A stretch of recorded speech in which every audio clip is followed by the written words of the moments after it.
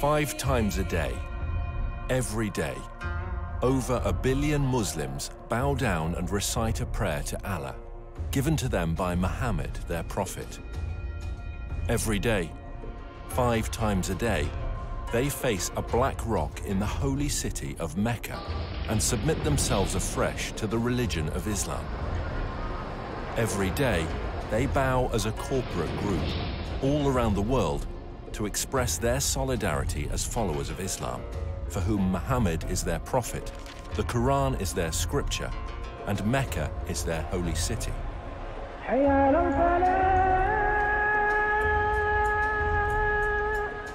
However, as archaeological discoveries are beginning to point to a different story, scholars are seriously examining and challenging the facts about the founding of Islam. And if they're right, how will it affect Muslims today? We have tools at our disposal that have never been available before. Modern technology is allowing us to reconstruct the opening years of Islam and to understand things that have puzzled historians for years. All over the world, universities, museums, and libraries are putting ancient books and writings on the internet for scholars to access. Now we can check these ancient manuscripts with just a few clicks of a mouse. Today, both academics and amateurs alike can accurately check via satellite locations and details that would previously have taken huge expense and effort, and can share them instantly around the world via social media and academic forums. So, now for the very first time, a whole new era of research surrounding the founding of Islam is coming to light, and we can piece together what really happened in Arabia 1500 years ago.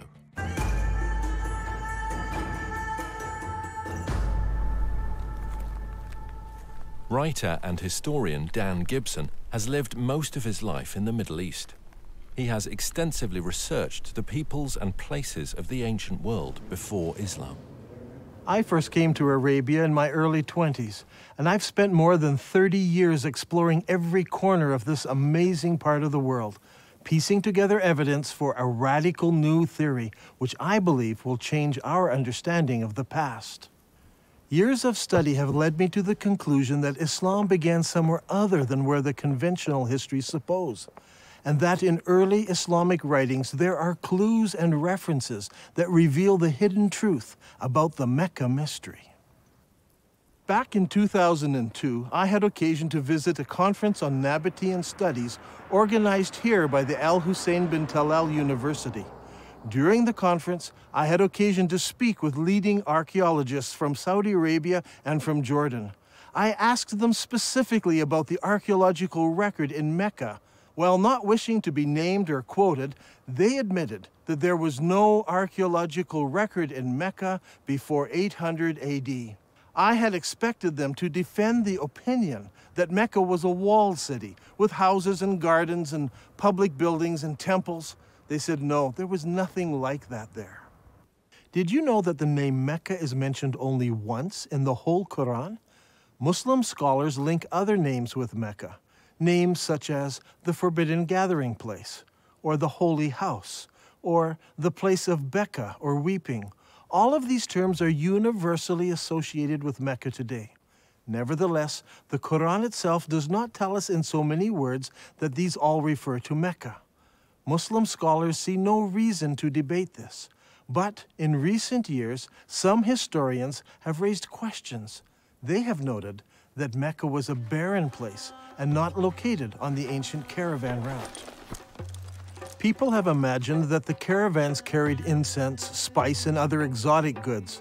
But according to recent research, by the time of Muhammad, the age of frankincense was now long over, and the Arabs engaged in a trade of leather and clothing, hardly items that could have sustained a large city that was described as the mother of all cities and the center of the trade route. Look at this map. Where do all of the trade routes intersect? There are 3 places in northern Arabia that could be described as the center of the trade route. What is interesting is that Mecca was not even a stopping place because it was not even located on the caravan route. In this film, we will find out why there is a total lack of archaeology in Mecca from the time of the Prophet Muhammad, why descriptions of Mecca do not tally with the landscape, and how an early Islamic civil war altered the truth about Islam. While Muslims all over the world believe that their holy city and their founding leaders all lived in Mecca, in Saudi Arabia, Dan Gibson believes the evidence actually points elsewhere. During my studies of Arabian history, I've come across evidence that points not to Mecca, but to northern Arabia as the founding place of Islam. Up until now, no one has ever questioned that Mecca is the holy city of Islam. Every Muslim believes that he should pray towards the Black Rock in Mecca. But years of study and countless trips to all parts of the Arabian Peninsula have led me to a radical new understanding of Islamic history. I believe that in the process of understanding Islamic history, a fundamental error has been made.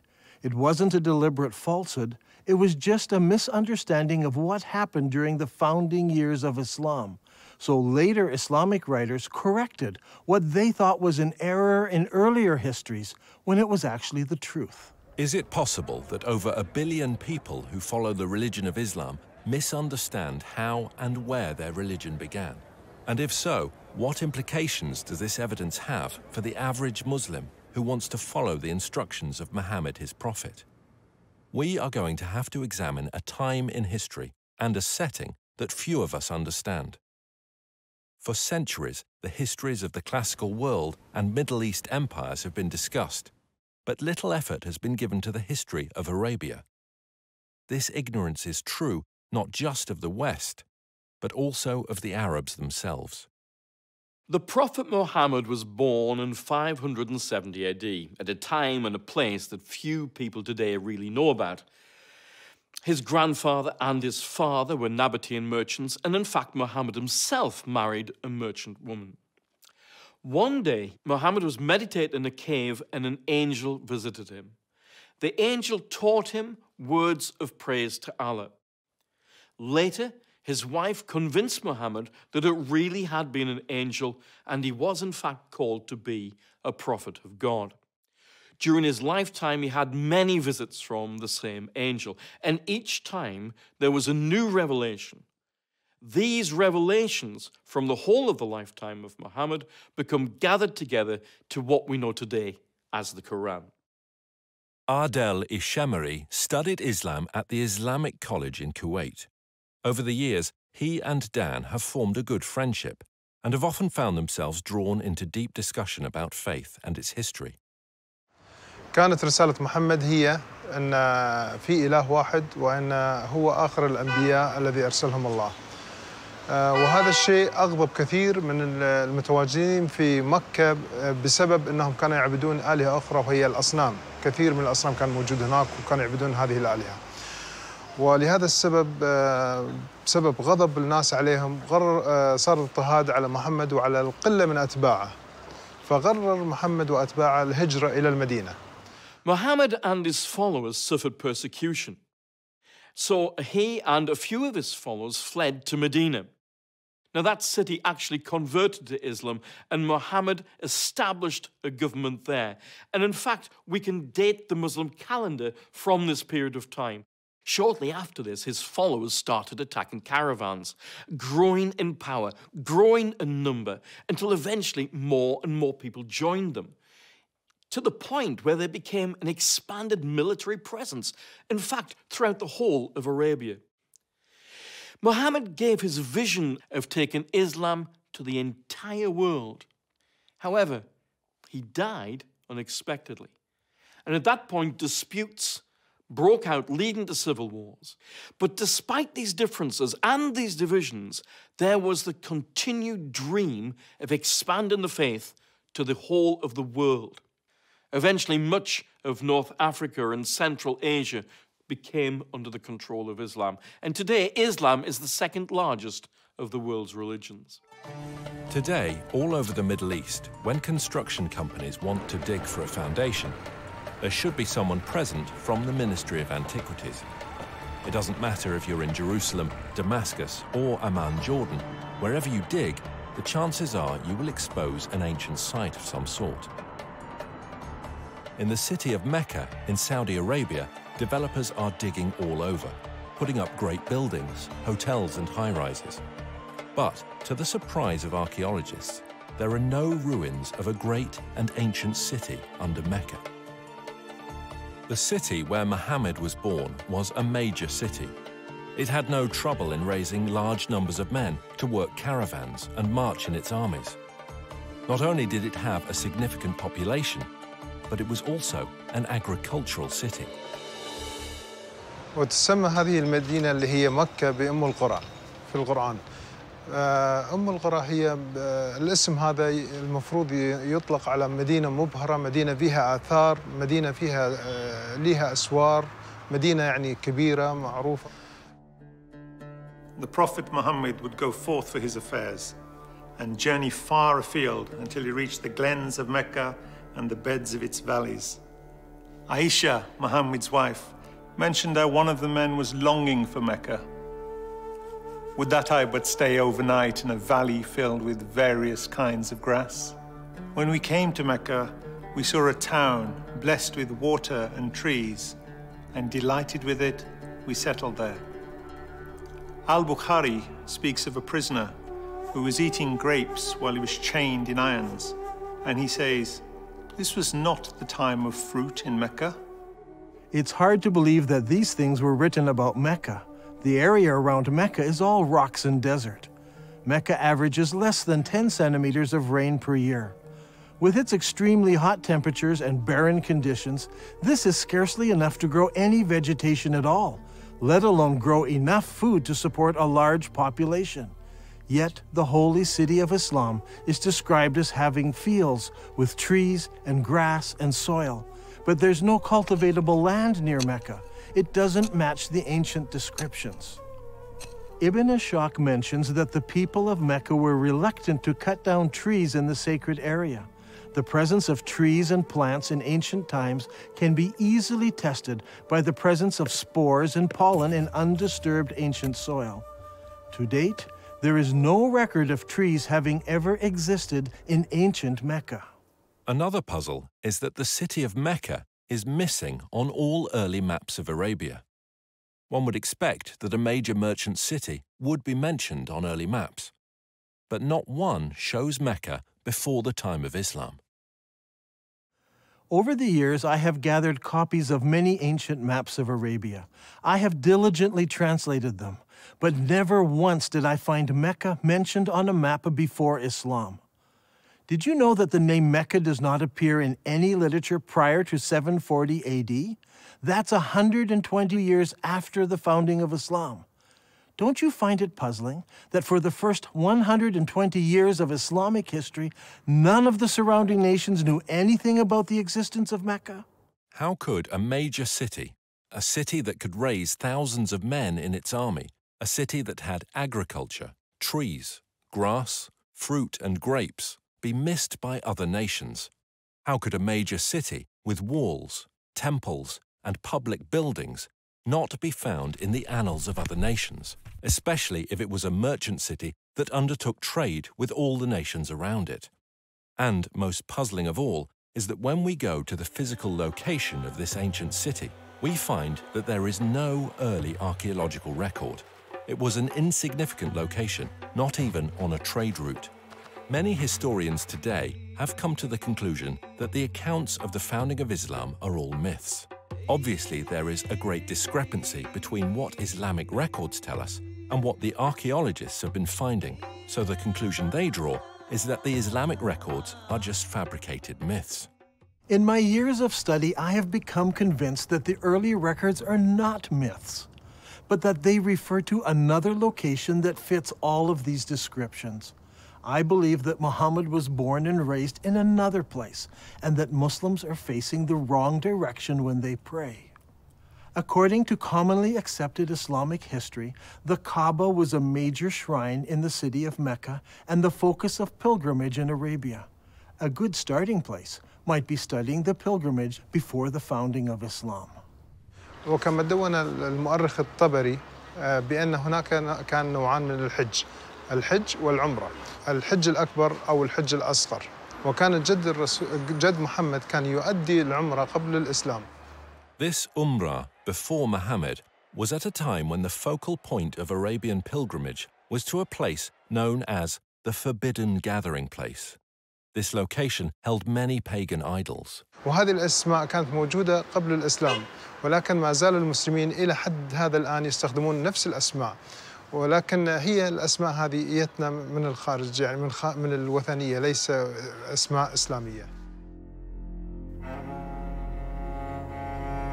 In order for us to understand what was happening in pre-Islamic Arabia, we need to understand the importance of holy places in ancient Arabia. From ancient times, Middle Eastern religions have equated gods with regions rather than being universal.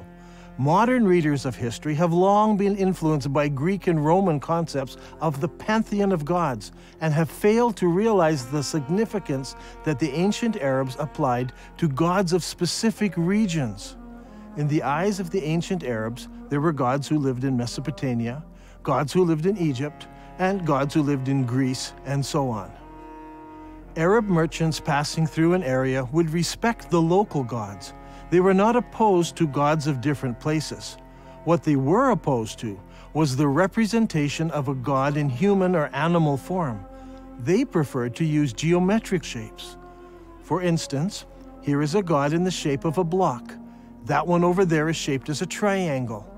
Each of these gods were considered local gods and must be respected when passing through their territory. Such a view of religion naturally leads to accepting territories and locations as being sacred to specific gods. Thus, the area around a temple, such as a particular valley or remote desert location, could be considered as sacred. It would have a precinct where people could gather, even with their enemies, and be safe, because violence was forbidden in the sacred precincts. When tourists enter the majestic beauty of Wadi Rum here in southern Jordan, they're so often taken up with the exquisite beauty of this valley and the rugged mountains that they miss a temple dedicated to the goddess Lat, or Allat as some call her. This Nabatean temple had a sacred area. It was located in front of the temple, with the mountains marking off the sacred area.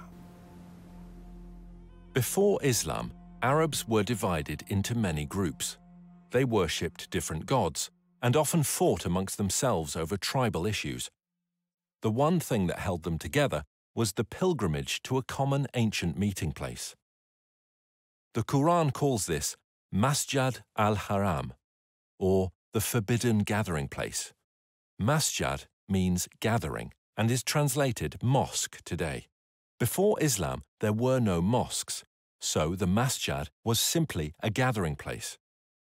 The Forbidden Gathering Place was a sacred place of refuge and security, where regular activities ceased and violence was forbidden, or haram.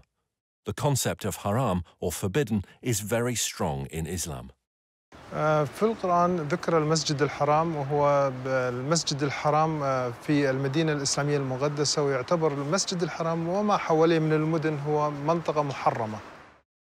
Allah has made Mecca a sacred sanctuary, and it was a sanctuary before and will be so after. None is allowed to uproot its shrubs or cut its trees or hunt its game. So we have two descriptions of the original holy city of Islam.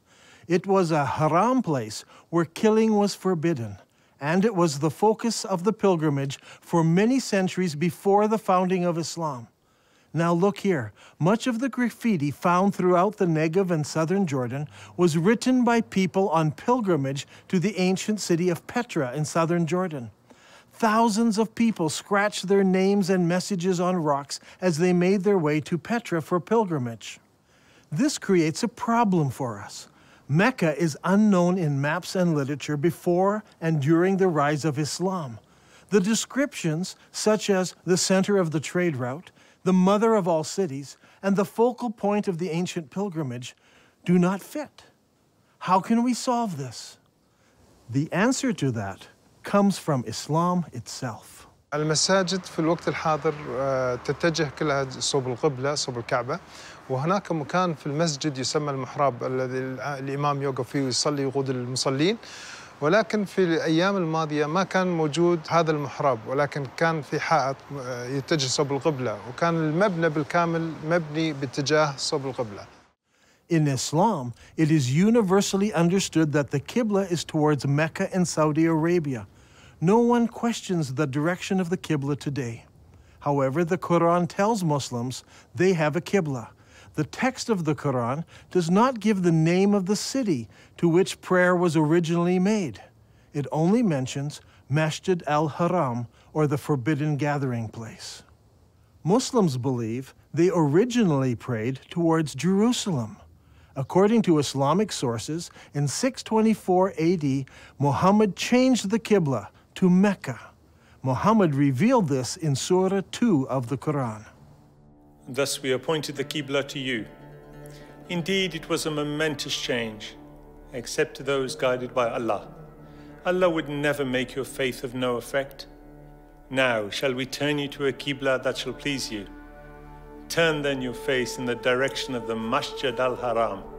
Wherever you are, turn your faces in that direction.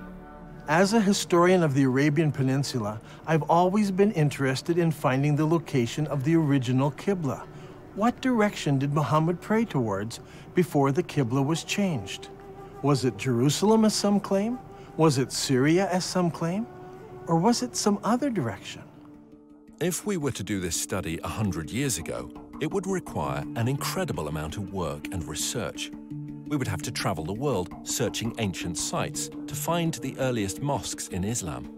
Now, in a few moments, we can do what used to take a lifetime.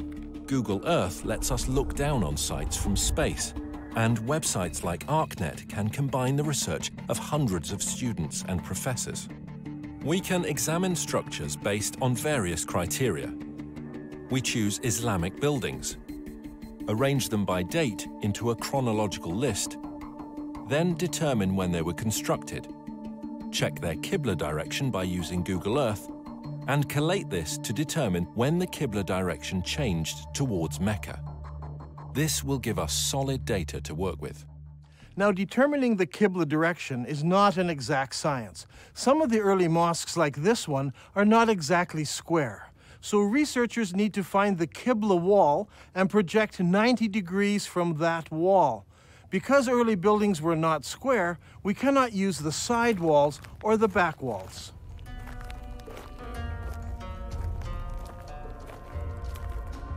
This is the mihrab of an old mosque. The early Arabs set the Qibla direction using the stars, and they were very accurate. The best way to determine the Qibla direction is to visit the mosque and use an actual accurate GPS unit. Not every mosque can be used for this study. Many of them were totally reconstructed over time, so much so that it is no longer possible to determine their original Qibla direction. However, a number of mosques survive. For instance, there is a mosque called the Mosque of the Two Qiblas in Medina. Islamic history tells us that it was in this very mosque that the companion leading prayers was told of the Qibla change. So he turned around and started praying towards Mecca. The question is, where did he originally face? Muslims have a ready answer. He prayed towards Jerusalem. Now today, the Mosque of the Two Qiblas faces Mecca. But in 1987, the mosque was completely torn down so it could be rebuilt. During the construction process, the old foundation was revealed, and they discovered that it did have a Qibla wall that did indeed face north, generally towards Jerusalem. And so Muslims believe originally the Qibla was towards Jerusalem. There is a simple way that this can be put to the test. If we go to the earliest mosques that were built, where we can identify their direction of prayer, we can plot them on a map and see if their lines converge. We'll find one of three things. They all point in different directions. They all point to Jerusalem, or they all point to another location. After the Mosque of the Two Qiblas in Saudi Arabia, there are a further 11 early surviving mosques that we can research. These are located in China, Egypt, southern Jordan, Lebanon, Central Jordan, Yemen, Israel, Iraq, Jerusalem, West Bank, and lastly, Lebanon. So, if we go in the order that they were built, the second surviving mosque was built in Guangzhou, China. Guangzhou is the modern name for what was known as the city of Canton. When Marco Polo reached this city in 1300 AD, he discovered over 100,000 Arab and Persian merchants living there. You see, the Arabs had been trading with the Chinese for hundreds and hundreds of years. This is all well documented. And so Abu Waqas, an uncle of Muhammad, traveled to China on a trade mission. And according to Chinese manuscripts, he built a mosque for the Arabs in Canton in 627 AD, or 6 years after the founding of Islam. I personally examined this mosque and used a GPS unit to determine the mosque's Qibla direction. What I found was surprising. This mosque does not face Mecca. It faces 12 degrees north of Mecca, meaning that it does not face Jerusalem either. Its Qibla passes south of Jerusalem. The next mosque was built in 641 AD, about 20 years after the founding of Islam, in the town of Fustat, just outside of Cairo. This mosque was rebuilt and enlarged several times, so that today the original foundation is no longer evident. However, a description of the original ground plan of the mosque survives, and the Islamic records tell us that the first Qibla pointed east and later had to be corrected towards the south, towards Mecca. The next surviving Islamic building is the Umayyad Palace, built here at Humayma in southern Jordan. Around 700 AD, or about 80 years after the founding of Islam, the Abbas family built a large manor house here. This house had no special mosque area. Rather, the faithful would line up here in the courtyard to pray. This house has a Qibla direction, but it is not towards Jerusalem. The following year, a new mosque was built in Baalbek in Lebanon.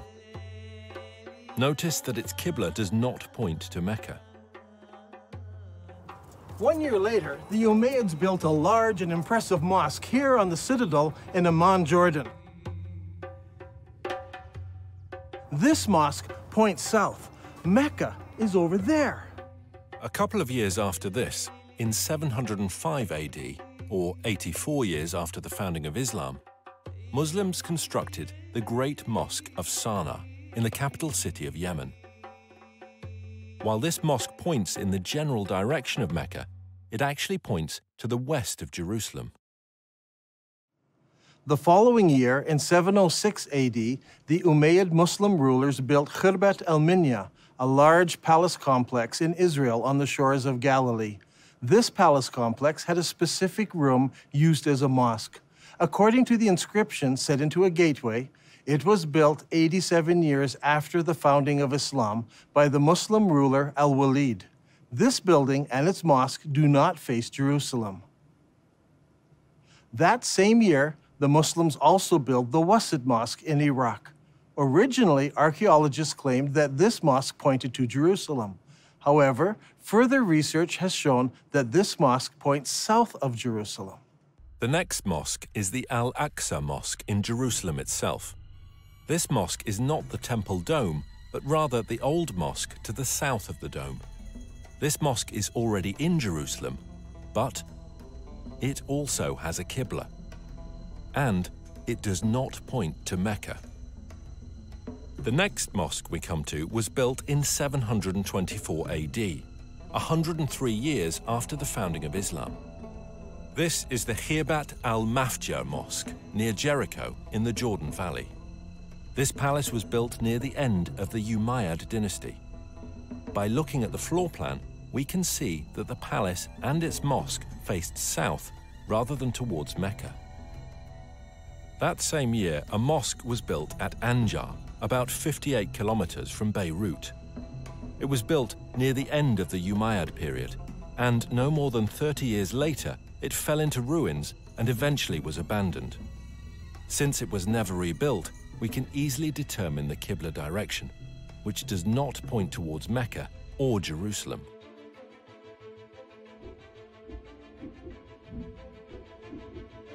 Now, let's put this all together onto one map.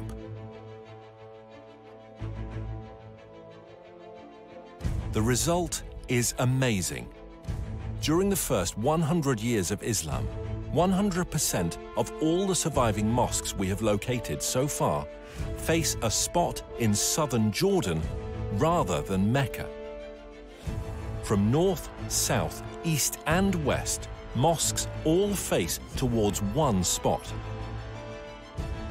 This isn't some small error in determining the Qibla direction. They all specifically point to just one place.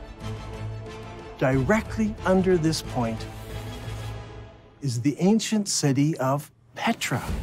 This is a city that is well known to us today. It is a popular tourist site. Tourists come from all over the world to marvel at the great temples and the monuments in this city. Could it be that Petra is the mother of all cities described in the Quran? It was the focus of the ancient Arab pilgrimage. So could Petra also be the birthplace of Muhammad and the founding city of Islam? دان غريب، يعني أنت تقول إن البتراء لكن البخاري يقول لنا هي القدس. فشلون تبي نفكر في هذا الأمر؟ شلون تبينا نقبل هذا الشيء؟ يعني البخاري قال لنا القدس. Every good Muslim tells me that Muslims used to pray towards Jerusalem. They know this because Bukhari tells them this. And I agree, Bukhari says it was Jerusalem. But Bukhari is writing some 200 years after Muhammad, and he's writing more than 100 years after the Qibla change took place. So he's not an eyewitness. He's just collecting what people are remembering.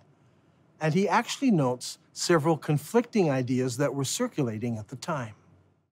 While some people were offering morning prayer at Quba, a man came to them and said, "A Quranic order has been revealed to Allah's apostle tonight, that he should face the Kaaba at Mecca. So you too should turn your faces towards it." At that moment, their faces were towards Syria. And on hearing this, they turned towards the Kaaba at Mecca. I believe that originally Muhammad, while living in Medina, prayed north towards Petra, which was in the Roman province of Syria. By the time Bukhari was collecting his stories, people had forgotten Petra, and everyone remembered that their great-grandparents prayed towards Syria. دان القرآن يقول لنا مسجد الحرام في بكة. فيا ترى بكة وين موقعها الحقيقي؟ Those who bring up the argument about Becca raise an interesting point. I agree that in Islamic literature, the name Becca is synonymous with the first holy city of Islam. When Muhammad was a young man, the people decided to rebuild the Kaaba. In the rubble, they found several building blocks with inscriptions written in Syriac, the language of the Nabateans. They found a Jew who could translate it for them. I am Allah, the Lord of Bika. I created it on the day that I created heaven and earth and formed the sun and moon, and I surrounded it with 7 pious angels. It will stand whilst its 2 mountains stand as a blessing to its people with milk and water. The word Becca is an ancient Semitic word which means to weep or lament. If a location was assigned the title Becca, it would mean the place of weeping. The name Becca has never been used of Jerusalem. It appears only once in the Bible in Psalm 84. Here it is used in reference to a valley of weeping. But the Quran also speaks of a valley of weeping, where Hagar was weeping over Ishmael.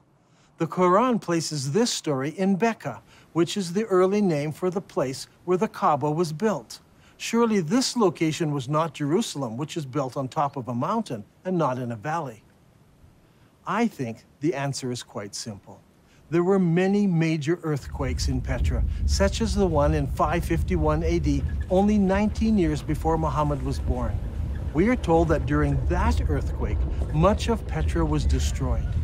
Petra could have been called the Valley of Becca because so many people were killed over so many years from all the earthquakes. If Petra is the holy city of Islam, then there should be evidence of Muhammad's tribe, the Quraysh, around Petra. If Dan Gibson can find Muhammad's tribe, it will greatly support his theory that Muhammad was from the Petra region and not from Mecca.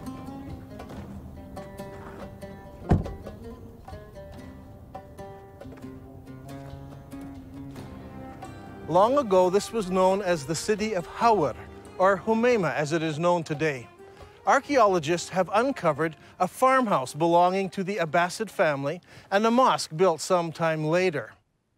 When the Muslims of Iraq defeated the Umayyads of Damascus, they wanted a member of Muhammad's family to support and legitimize their revolt. And so they came here to Humayma, 27 miles from Petra. It was here that they found Muhammad's family and the Quraysh tribe. They didn't go to Mecca in Saudi Arabia or Medina. They came here to Humayma, 27 miles outside of Petra. It was here that they found the Quraysh tribe and the family of Muhammad, not in Saudi Arabia. So far, we have discovered that the early mosques of Islam all faced the ancient city of Petra. But does the city of Petra fit the Islamic descriptions of the original holy city of Islam? There is a story told by all of the early biographers of Muhammad. It concerns Abdullah, Muhammad's father. He was working in the field one day, and he came home with dirt on his hands. He went in to his first wife and said, "Lie with me," but she refused because he was dirty. So he went out, washed off the soil, went into his next wife, Amina. She conceived, and in this way, Muhammad was born. What is important to us about this story is that all of the early writers use the same word for the dirt on Abdullah's hands. They all use an Arabic word for soil, especially the soil of a cultivated plot or field. The problem is, there is no cultivatable land near Mecca. However, when we come to Petra, we discover that Petra had water, fields, and trees.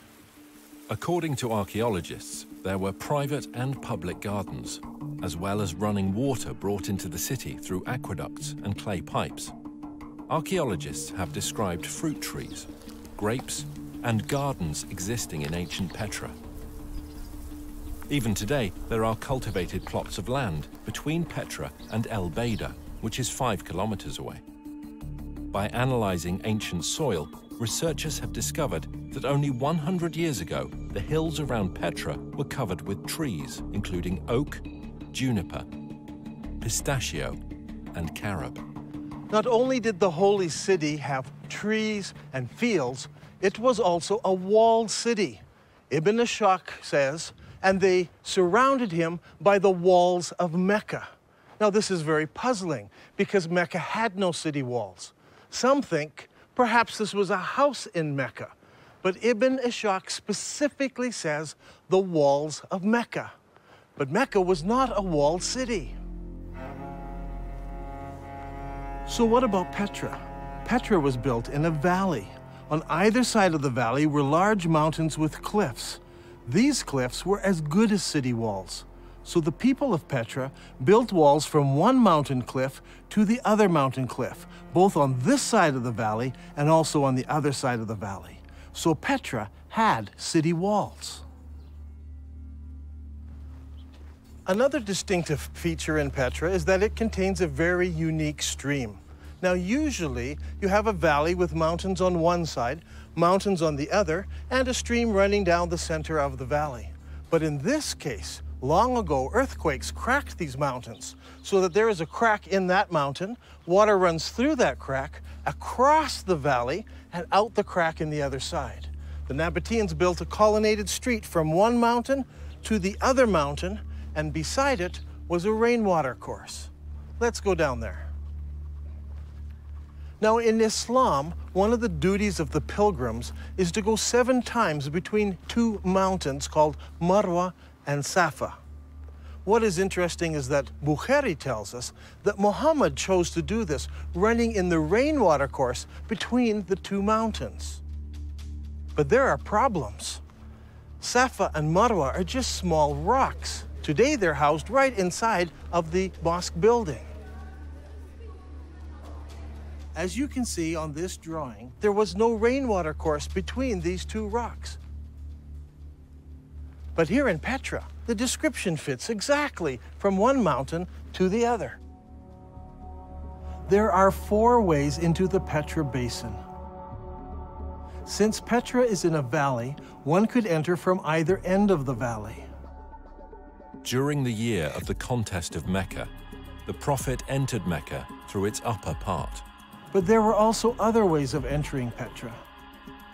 The ancient records tell us that the holy city could be entered and exited by a crack in the rocks.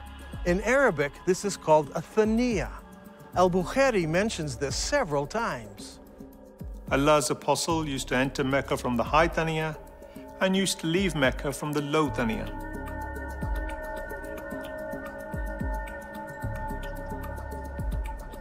The Prophet went on advancing till he reached the Thaniya through which one would go to them, that is, the people of Quraysh. There are 2 Thaniya entrances. One of these is the famous Sikh that tourists pass through to enter the city. The other is on the far side of the colonnaded street and leads into a maze of canyons that eventually empty out into Wadi Araba below the Dead Sea. Petra also has many temples. Over here is what is known today as the Temple of the Winged Lions, or the Temple to Al-Uzza. Behind me is what is known as Qasr al-Bint today, or the temple to the god Dushera. This short chain of mountains here was the home to the god, and here in the very heart of the mountains is the temple to this god, El-Dushera. Now, Ibn Hisham relates to us a very interesting story. It's very early in Islamic history. Only a few people have converted to Islam at this time. One of those was a man known as Al-Tufail bin Amr of Mecca. He accepted Islam on one of his journeys, and once he returned home to Mecca, his wife also decided to accept Islam. Al-Tufail then tells his wife to go to the temple of Dushera and cleanse herself there.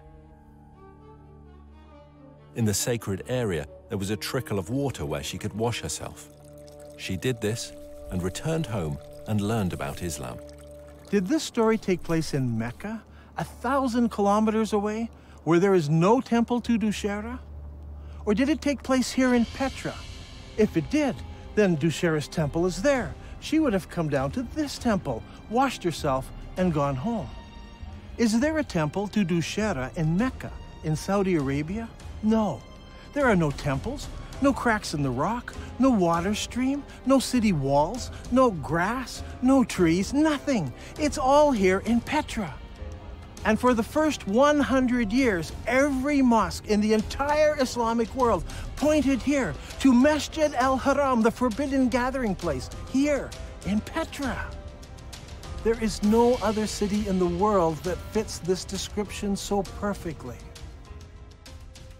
Now, Al-Haqtab had so harassed Zayd that he forced him to withdraw to the upper part of Mecca, and he stopped in the mountain of Hira, facing the town. It's interesting to note that in this account, Mount Hira is located in the upper part of Mecca. If you go to Mecca today, the cave of Hira doesn't face the city. But here in Petra, the high side of the city is north of the colonnaded street, and the low part of the city is south of the colonnaded street. In effect, the city was divided in half by the colonnaded street. If Petra is the holy city of Mecca, then the cave where Muhammad received his first revelation should be located there. The ancient records say that the cave faced the town, and that it was low down since Muhammad tried to climb the mountain to throw himself off. If that's the case, I think I know just the spot, but we'll have to go over there.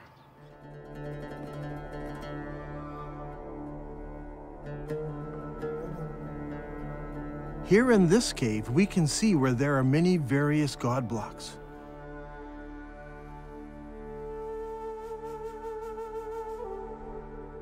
Up there is a large crescent symbol. This is just the sort of cave where young men would go to contemplate the meaning of life. The descriptions and location of this cave are just like the ancient records describe it. Just outside of the city, the entrance facing the city, and evidence that people spent time here in religious worship and meditation. I think that this is one of the holiest spots for all of Islam, and it's here, in Petra.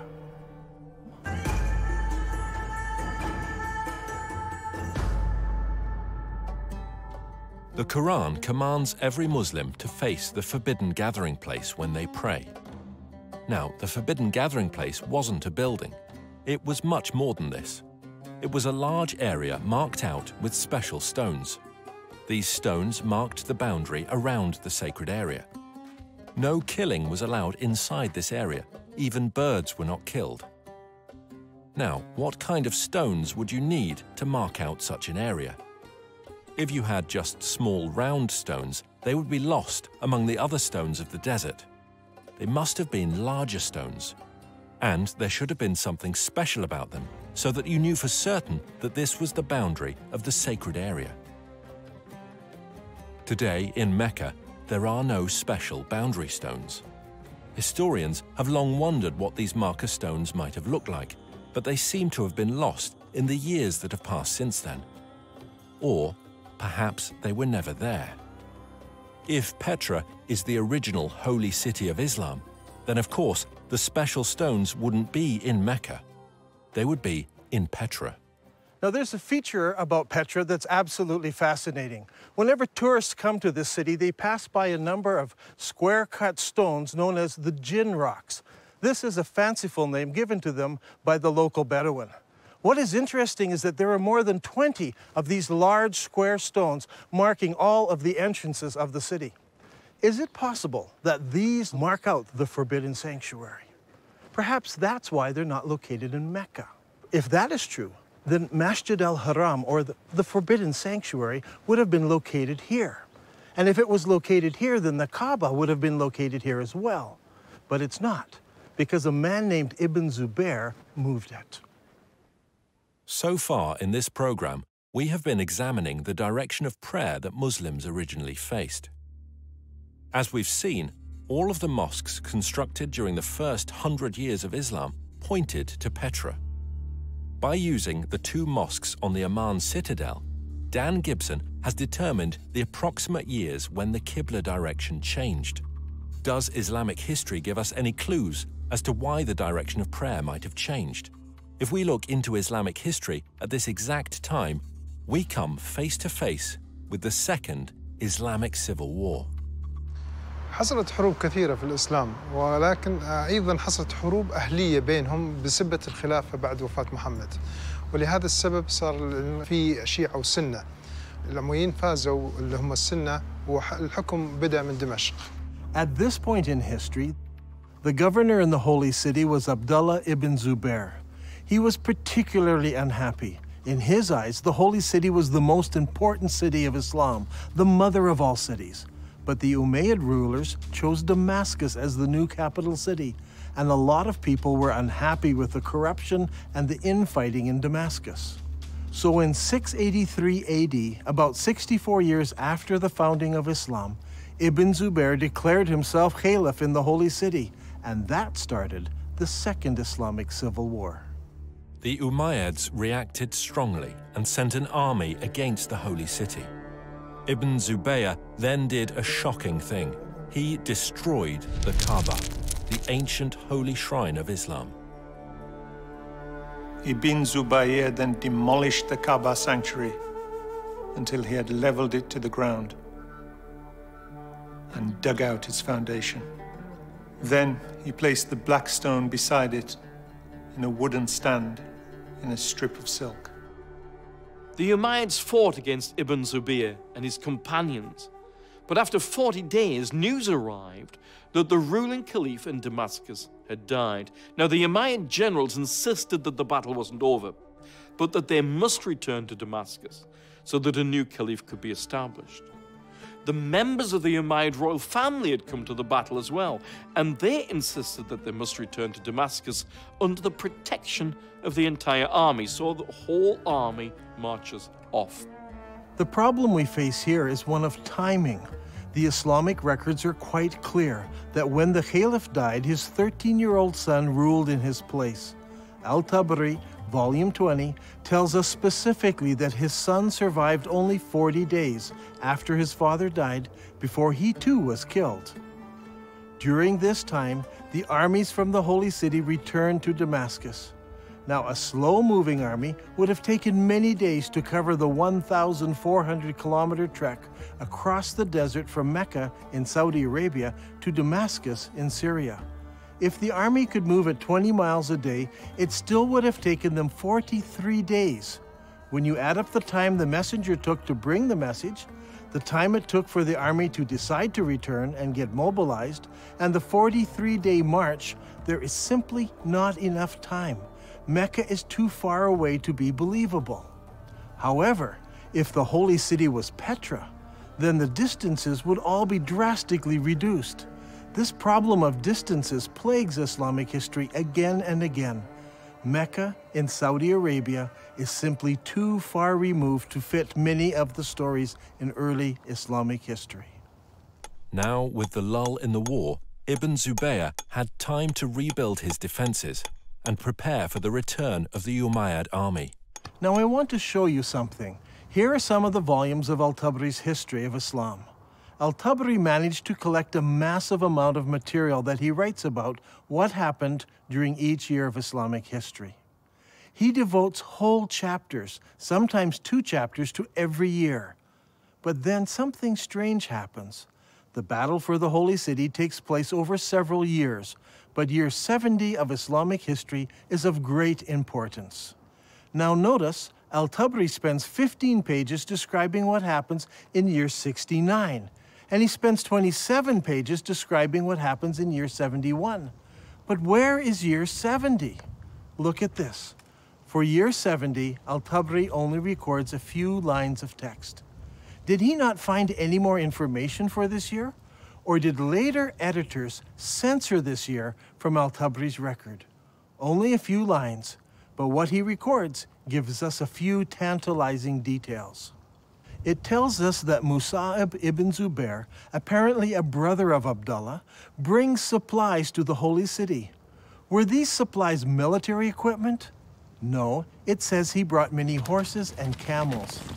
I believe that this is the year that the followers of Ibn Zubair moved south from Petra to the deserts of Arabia to find a place where they could hold out against the Umayyad forces.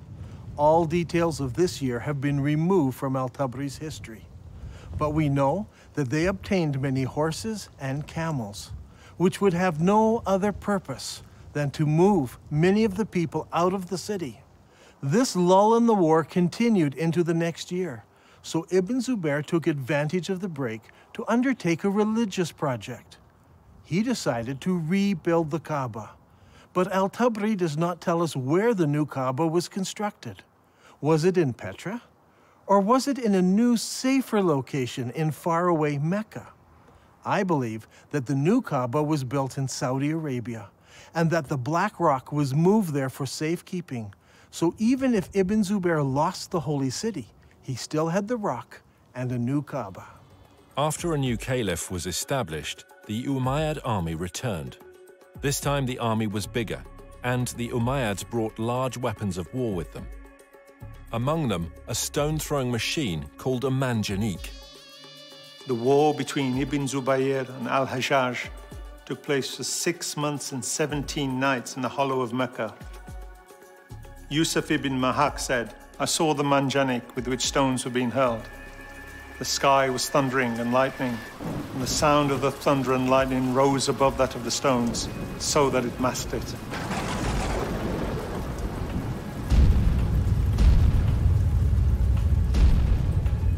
During the fighting, Ibn Zubair took refuge in a ruined building beside the Kaaba, and this began another battle, which completed the destruction of the Kaaba area of the Holy City.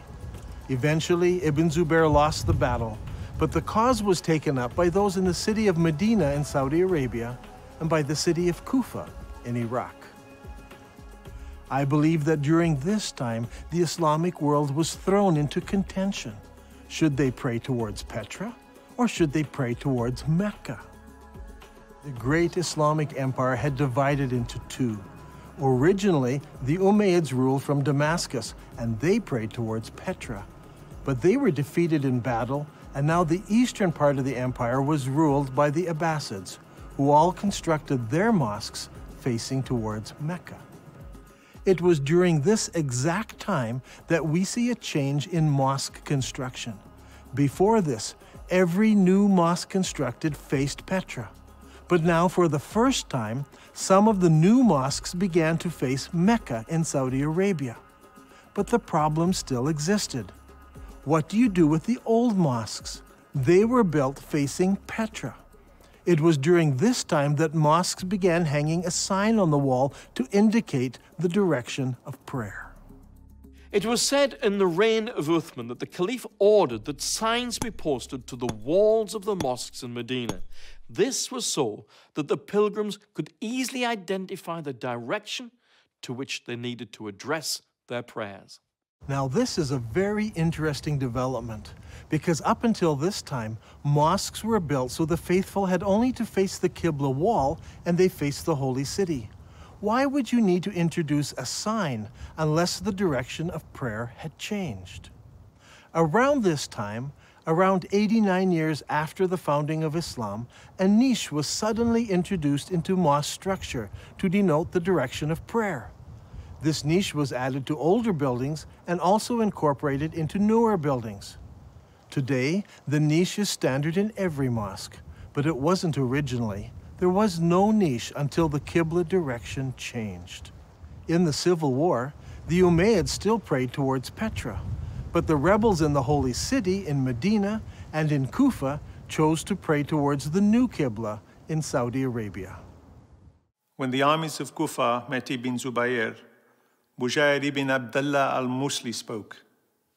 Praise be to God who has tested us with shackles and tested you by your forgiving us. Ibn Zubayr, we are people who turn to the same Qibla as you. What a strange phrase. We are the people who turn to the same Qibla as you. Muslim historians argue that this means the same Qibla as every other Muslim. But now that we have uncovered evidence of the change of Qibla at this very time, this phrase takes on special significance. The people of Kufa join with Ibn Zubayr in accepting his Qibla. This is key to understanding much of what takes place later. Even though Ibn Zubayr is eventually killed and seems to lose the civil war, the city of Kufa plays a major role in the development of the new Abbasid dynasty, and Kufa becomes a theological center and a place for copying Qurans. In the Islamic world, things were a mess. Not only were Muslims divided politically, they were divided religiously. Obeying the wishes of Allah as revealed by the Prophet Muhammad was at the very heart of Islam. Should you obey Muhammad and the Quran and face towards the forbidden gathering place in Petra? Or should you pray towards the sacred house and the Black Rock, which is in Saudi Arabia? So far, Dan Gibson has plotted the existing mosques from the 1st century of Islam, and they all point to Petra in Jordan. So what about the mosques of the 2nd century of Islam? Do they all point to Petra as well? Here is where things start to get interesting. During my studies, I discovered that the mosques built during the 2nd century of Islam point in different directions. This is what I call the time of confusion. 102 years after the founding of Islam, the Mosque of Ummah was constructed in southern Syria, in the ancient city of Busra. As you can see, the mosque's orientation does not point towards Mecca. But clearly, it does not point to Petra either. 5 years later, the ruling Muslims built a palace in the Syrian deserts known as Qasr al-Hayar al-Gharbi. This is a drawing of the floor plan of the palace and the mosque in the corner of the complex. The whole complex seems to face somewhere between Petra and Mecca. A couple of years later, Qasr al-Hayar-i-Shaki Palace was built about 100 kilometers north of Palmyra. If we examine the ground plan of the palace buildings, we notice that the palace and its mosque don't seem to align to either Mecca or Petra. Once again, it points in between. Is it possible that something had happened which made the builders not want to choose either Petra or Mecca, so they pointed the Qibla between the two? We can see from the map that the Qibla points exactly between the two cities. It is not a slight error in calculation, but a deliberate avoiding of both Petra and Mecca. So, we must find an answer elsewhere to explain that change. 109 years after the founding of Islam, a mosque was built in Bangalore, Pakistan. Like all of the other mosques of the period, it had only a Qibla wall without a niche. This mosque, however, pointed towards Mecca in Saudi Arabia. Here we have the very first mosque that we can identify as pointing to Mecca. There may have been others built that no longer exist, but this mosque is significant because it's the earliest surviving mosque that we can truly say faced Mecca in Saudi Arabia. And, what is astounding, is that it was built about 100 years after the death of Muhammad. This is very late for Muslim historians, and it is going to cause traditional Islamic history all kinds of trouble. One of the most important buildings in our study is found here on the citadel of Amman, Jordan. This Umayyad palace was built about 122 years after the founding of Islam. Now, if you remember, we looked at an Umayyad mosque built over here. This mosque points directly towards Petra, but when they built the palace, its Qibla direction was directly towards Mecca. So clearly, the Qibla direction changed sometime between the construction of those buildings and the construction of this palace. This will help us determine how and when the Qibla direction changed. Remember, it was during the construction of this palace that the name Mecca first appears in literature anywhere. الغريب أن مكة لم تذكر طول هالسنين هذه لا في الكتب الأدبية ولا الكتب الإسلامية، ولكن ما تم ذكرها إلا عند تغيير القبلة، وهذا شيء غريب جدا. يا ترى شنو الأسباب؟ يعني المفروض أنه يذكر في الكتب الإسلامية في التاريخ الإسلام، ولكن لم يذكر هذا الشيء إلا عند تغيير القبلة. هذا شيء غريب. The next major mosque that was constructed was built 32 kilometers south of Amman, Jordan. This was known as the Mushatta Palace and Mosque, and it was built in 743 AD. As you can see, it was a very large and impressive Umayyad palace, with the mosque located in the southern part of the structure, facing Petra. Indeed, the entire complex faces Petra. What makes this interesting is that it seems that Islam is now split into several groups. There were the traditionalists, who built their mosques like this one, facing Petra. But there were reformers whose mosques face Mecca. And there were others who were not in either group, and they refused to select either of those qiblas. During this time, a significant change took place in Islamic history. The Umayyad rulers of Islam in Damascus were defeated by the Abbasids of Kufa. In 754 AD, Al-Mansur, the new caliph, commissioned the construction of a brand new eastern capital, choosing Baghdad in Iraq as his site. The new city was built on a spectacular design. Rather than the haphazard shape common to most Middle Eastern cities, this city was built in a great circle. The designers went out to a brand new area and used ashes to draw out the city plan on the ground prior to construction. The city, which was completed in 767 AD, was 2 kilometers in diameter. As you can see on this drawing, the main mosque of the city had no niche indicating the direction of prayer. That was to come later. One wall was used as a Qibla wall, and that wall pointed directly to Mecca, as would all of the other mosques built from now on by the Abbasid rulers. If this is all true, then the Prophet Muhammad and the first 4 rightly guided caliphs in Islam, and the following Umayyad rulers who ruled Islam from Damascus, all prayed towards the city of Petra. But late in the Umayyad reign, something happened that caused the builders to change the direction of their mosques. Some pointed to Petra, some to Mecca, and some chose to be neutral and point between the two. This created a problem for the western half of Islam. The people in the West were still loyal to the earlier Umayyads, So the Islamic world is now split into two. The Abbasid rulers in Iraq control the eastern part of the empire, and the Umayyad rulers control North Africa and Spain. This is an important time in Islamic history because the Umayyads in Spain now blossom in culture and begin to build beautiful and impressive buildings. The builders in Spain had a problem. Traditionally, Umayyads all prayed towards Petra. But, as we're going to see, something devastating happened, resulting in future mosques no longer facing that direction. Their enemies, the Abbasids, now pray towards Mecca in Saudi Arabia, so they don't want to choose that direction of prayer. So what should the Umayyads do? As I examined the mosques built by the Spanish Umayyads, I discovered a most surprising development. These builders chose neither Petra nor Mecca. Now, as we have seen, some of the builders in the Middle East chose to point their qiblas between the two cities. But the builders in North Africa and Spain decided to do something completely different. Over the years, historians have always been puzzled by these mosques. Their qiblas seem to point towards somewhere in South Africa, but all of the African and Spanish mosques point to slightly different places. It all seems very confusing.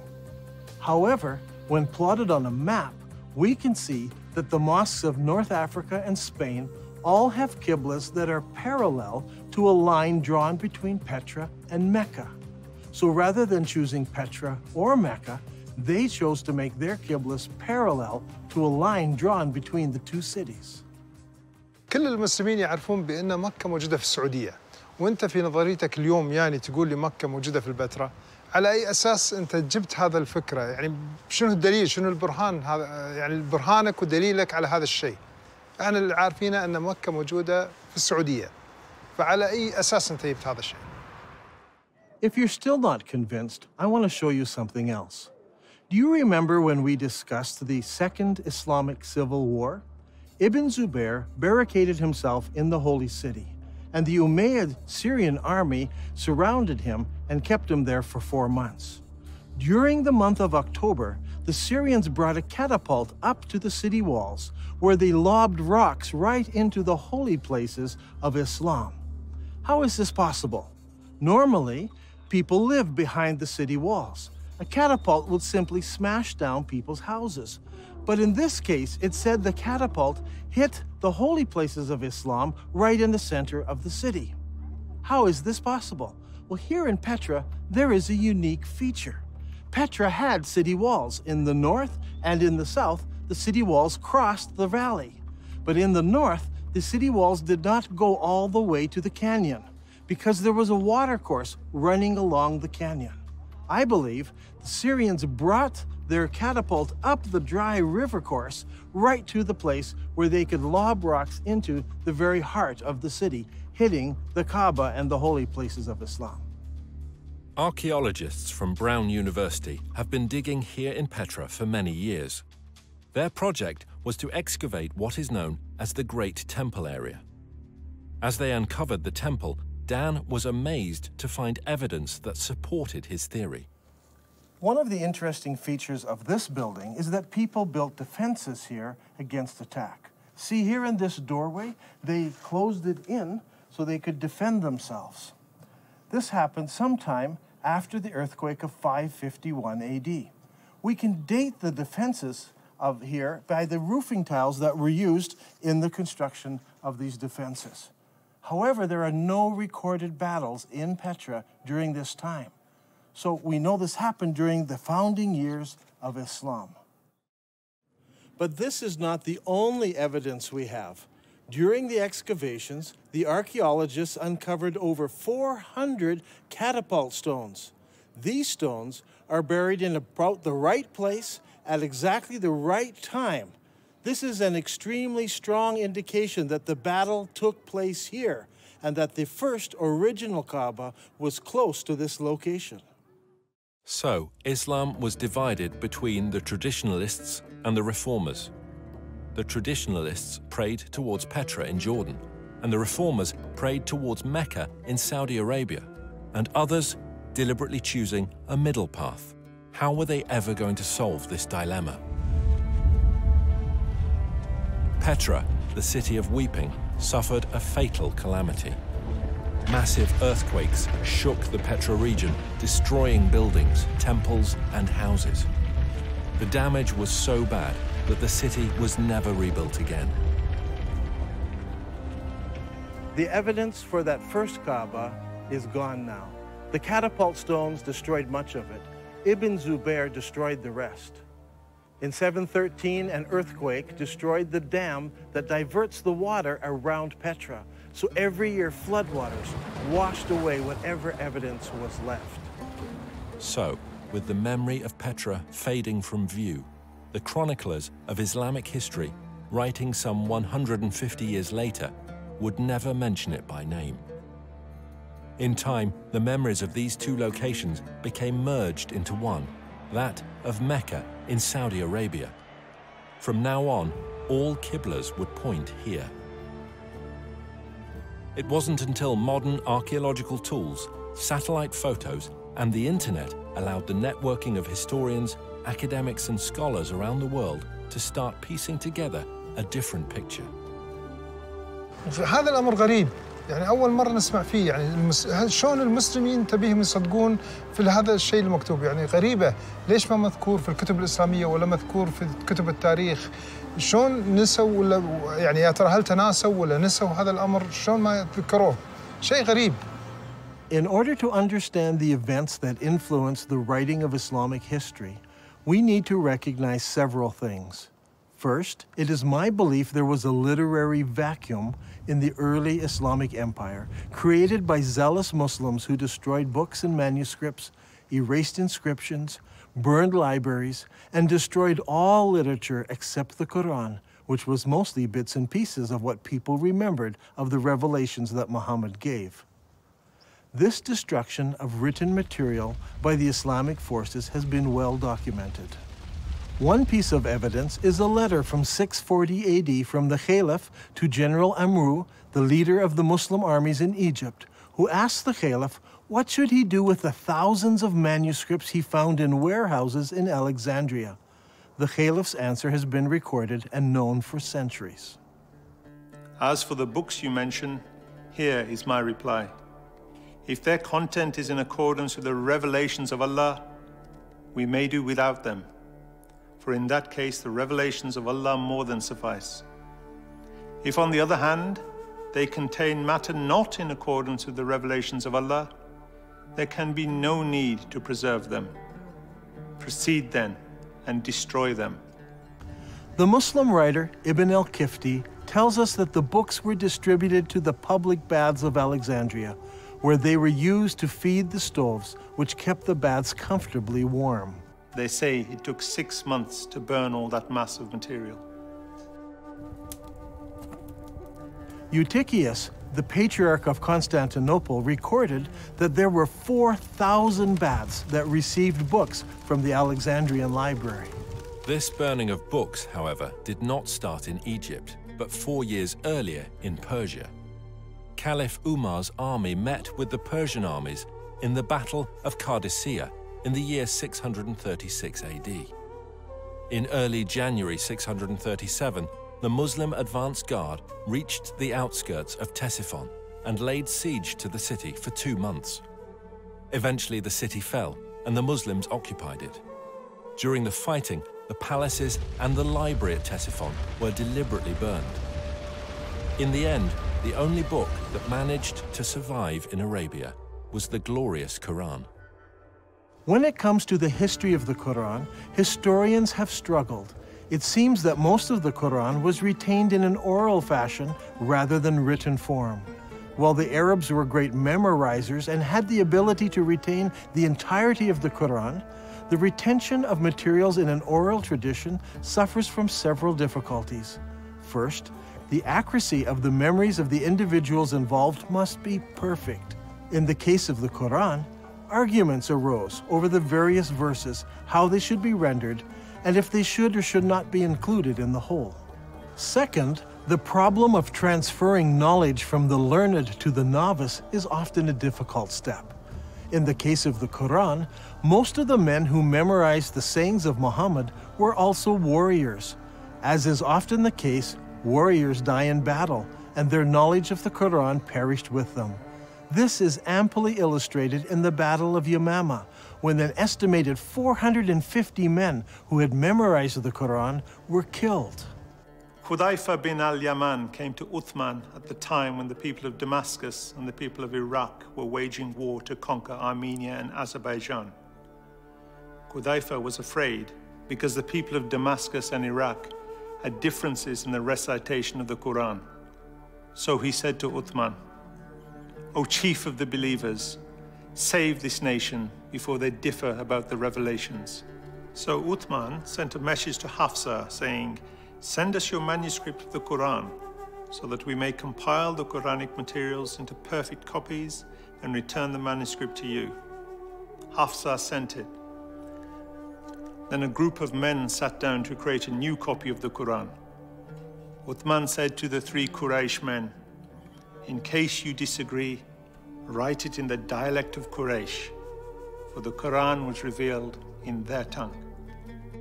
When several copies were written, Uthman returned the original manuscript to Hafsa. Uthman then sends every Muslim province 1 copy of what's been written, and he orders that all of the Quranic material, whether written in fragmentary manuscripts or even in whole copies, that they all be burned. And so the burning continued. This time, even Quranic materials were burnt.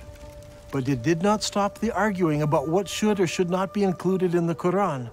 When the new Qurans arrived in various provinces, people argued against them. Sa'id bin Thabit said, "A verse from Surah Al-Ahzab was missed when we copied the Quran, and I used to hear Allah's apostle reciting it. So we searched for it and found it with Husayma bin Thabit al-Ansari." These 5 or 6 copies were now the only Qurans in the entire Muslim empire. Uthman's order to burn all other Quranic material tried to wipe out all Qurans everywhere, except the few that were held by the provincial governors. In effect, all non-Muslim books were destroyed, and then the Muslims destroyed all of their own books and writings, except for 5 or 6 copies.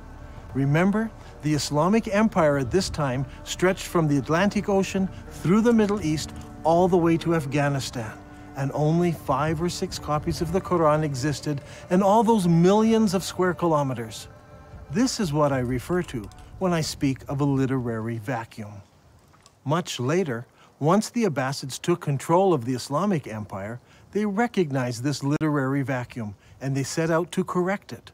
The problem was, they were interested in producing an Abbasid version of Islamic history. So all of the materials produced under the Abbasid control reflected the politically correct version of Abbasid history. These histories and hadiths about the previous 250 or more years were collected, copied, and distributed. Those books that were written earlier were either destroyed or edited by later writers who thought they found errors in them. Under Abbasid rule, massive religious, scientific, and academic projects were undertaken. The Abbasid rulers encouraged scholarly development that would not only present the early years of Islam in a good light, but would also confirm their own right to ruling the empire. During this period of time, we find the great Islamic historians writing their treatise on Islamic history, and they also edit the earlier accounts. For example, we don't have Ibn Ishaq's original biography of Muhammad, as Ibn Hisham, under the Abbasids, corrected what he called grievous errors in the original account. After the editing of Ibn Hisham, the rest of the great Islamic historians began to write their histories, and they present us with an Islamic history that was tailored to suit the religious and political worldview of the Abbasids of their day. Is it possible that Muslims today are victims of an Abbasid cover-up? Did the Abbasids purposely turn Muslims away from praying towards the forbidden gathering place in Petra, as the Quran commands, and make them pray towards the Black Rock, now residing in Mecca? Are Muslims still being misled by Abbasid propaganda? I believe the stage was set when early Muslim leaders gathered together the various scraps of the Quran. The problem wasn't the collection, it was the destruction of anything that opposed their view. There is a great divide here between Western thought and Muslim thought. In Western thought, the later manuscripts are less reliable, as they are copies of copies. We need to go back to earlier source material, as it's more accurate. Muslims, on the other hand, think earlier manuscripts are less reliable, and later manuscripts replace earlier manuscripts. Even in the Quran, later revelations replace or abrogate earlier revelations. Once you allow the concept of abrogation, you open yourself up to accepting all kinds of changes. If the Abbasids tampered with history, did they go so far as tampering with the text of the Quran? For instance, how did the name Mecca get into Surah 48? Abu Bakr, the successor of Muhammad, made the first compilation of Quranic material. Uthman, who followed him, used that collection and then added to it. The historians tell us that even after Uthman had compiled his Quran, people remembered still more verses that Muhammad had revealed. Every time a new Quran came out, it was touted as the most complete Quran. The previous ones were okay, but the newer ones were more complete, with more revelations in them. Did the Abbasids bring out an even more complete Quran that contained mention of Mecca? Today we have many of the Abbasid Kufi Qurans in museums from Istanbul to Samarkand. These Qurans use the Kufic script invented in the city of Kufa. But what about earlier Qurans written in other scripts? I have searched through many of the early Quranic parchments written in pre-Kufic script. It should come as no surprise that none of the pre-Kufic material includes verses about the changing of the Qibla or the city of Mecca. Historians have challenged me that I'm trying to rewrite all of Islamic history. I assure you I'm not trying to do this. I'm only suggesting one small change. Long ago, the holy city of Islam was referred to as Mecca. I believe that name was used for the city of Petra after repeated earthquakes killed many people. After Ibn Zubair moved the black stone to Mecca, scribes had only to make one small change to Islamic writing. In Arabic, Mecca is written like this. It's very easy to change the ba to a mim. Watch again. That's all it took. It is virtually undetectable to later readers. Did the Abbasid scribes correct an earlier reference to Mecca in the Quran and make it into Mecca?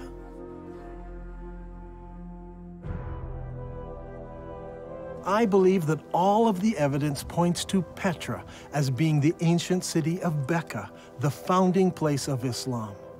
All of the mosques of the first century of Islam point to the forbidden gathering place in Petra, and all of the descriptions fit Petra, not Mecca. Muslims are instructed in the Quran to pray towards the forbidden gathering place. The Quran says nothing about the Black Rock. It is clear that although Dan Gibson's research is rooted in Islamic history, and he has a great affection for the Arabic world, his theories will be challenging to Muslims.